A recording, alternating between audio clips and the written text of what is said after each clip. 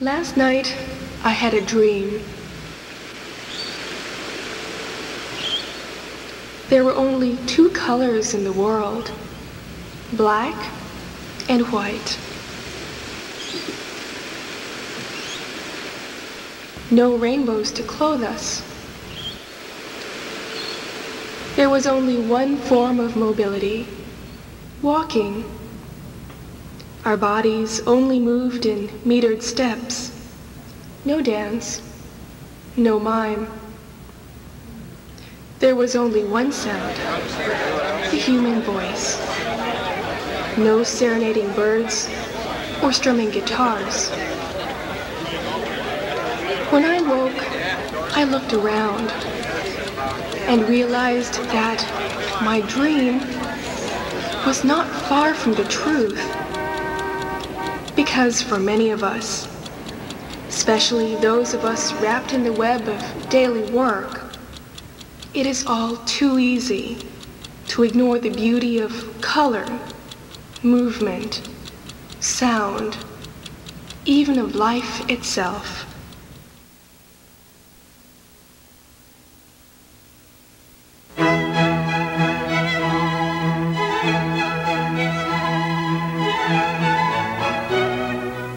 In 1985, a group of life lovers woke up from such dark dream and brought life to a new one. This time, spreading the brilliance of life through color, movement, and sound. The Manila Chamber Orchestra Foundation. What brought the MCO Foundation to being? Essentially the desire to promote the finest of classical music. So initially, it provided a home for the Manila Chamber Orchestra, which is an ensemble of the best young dedicated musicians, formerly of the Manila Symphony Orchestra. Its vision, celebrating life through art and music, embodies the Foundation's belief that the performing arts and culture play a vital role in our development as individuals. The MCO Foundation believes, with now celebrated Italian director Roberto Benigni, that life is beautiful and that the enjoyment, the celebration of life is enhanced by art and music. Hence its vision to promote the best of classical music, the best of the performing arts, especially in the Makati community. The MCO aims to uplift the Makati business community by providing it with both a cultural and spiritual dimension. To do this, it began to stage top-of-the-line performances at the Francisco Santiago and Antonio Molina halls.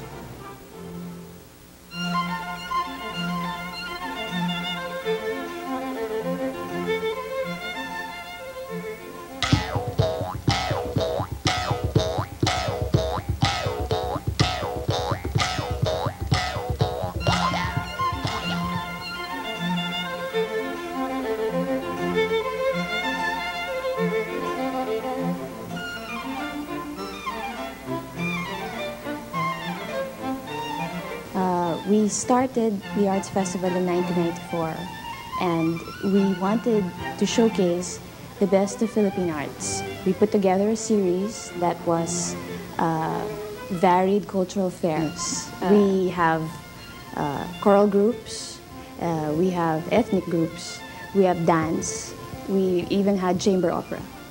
1994 became such a success that we decided to do it annually since then. The Arts Festival signaled to the public that the MCO was alive, exuding the passionate spirit of the performing arts. The success of the Arts Festival opened the gateway to an expanded repertoire. They would ask, don't you have a place that you're performing somewhere in Makati? And we say, oh, well, there's the Francisco Santiago Hall. We can perform there, of course. nothing is impossible. As I said, we did bring a full grand ballet, Don Quixote, Acts 1 and 3 to the Francisco Santiago Hall. Well, I think it's wonderful that we have another venue aside from the CCP. We have it in Makati, and well, I can't imagine the world without music, right? And I think if there was no music, man would probably invent it and find a place to perform it, probably. Well, the AMH, the Antonio Molina Hall, is a more intimate hall than the Francisco Santiago. We said that it would be perfect for small, intimate gatherings like specialty film series and informances or informed performances and recitals. Because we have like the cultural enrichment program for schools, which means we perform in schools, and then we get in touch with the students themselves. We have the open forums, and it's nice to be able to communicate with the youth now, because sometimes cultural programs are presented too formally that the youth, they think that it's not hip, it's boring. So the CEPS, or Cultural Enrichment Program for Schools, allows us to get to know the students and for the students to get to know us also.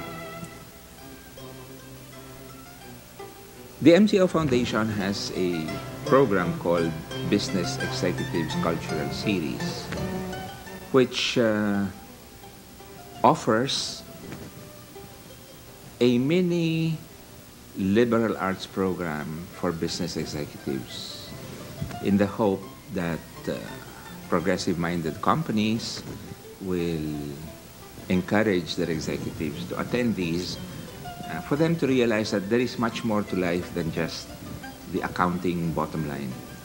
And we put together a series of lectures by outstanding personalities.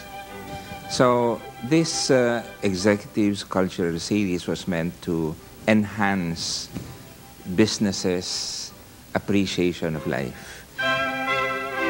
Through the years, the MCO has not only successfully expanded its stock of art and cultural performances, its audience has likewise broadened, from the young student to the busy executive. The arts community has given MCO esteemed titles, such as Home of the Classics and the Cultural Oasis of Makati. The foundation has also become financially self-sustaining, with a trust fund that continues to grow yearly. It has established public relations with institutions and individuals that recognize its existence and achievements as having added luster to PCI Bank and its sponsors. But all this difference that the MCO continues to make is not only about the people who run it, nor the crowd-drawing performances, nor the media mileage.